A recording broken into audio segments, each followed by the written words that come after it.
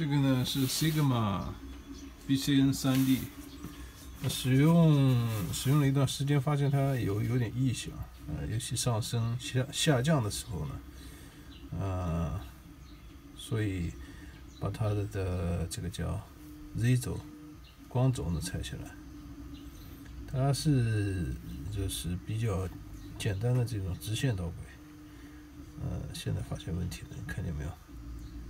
一个12毫米的光轴，实心，非常坚硬的，它居然有大概2毫米左右，2毫米宽，这样深大概1毫米左右的伤痕。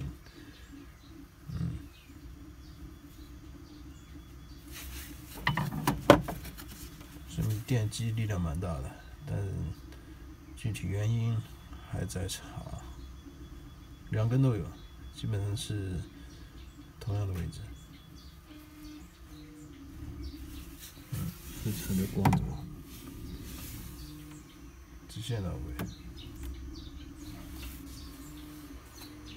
所以现在就要替换这条导轨。现在呢，就是要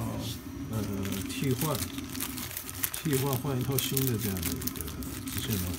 我们现在零件已经采购好了，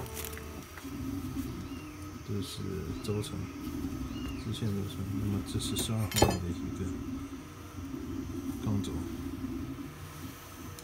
但是一个毛长1米，那需要加工，也要切割一下。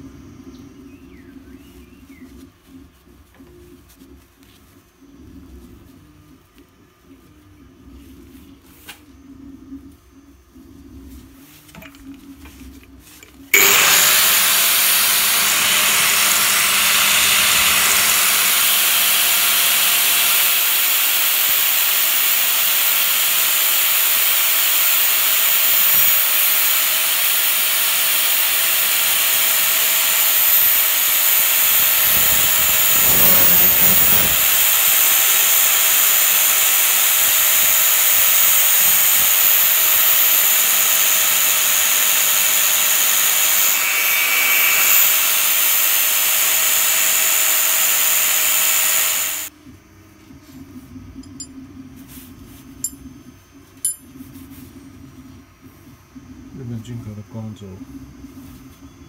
直线导轨，硬度这个边角切割了一下。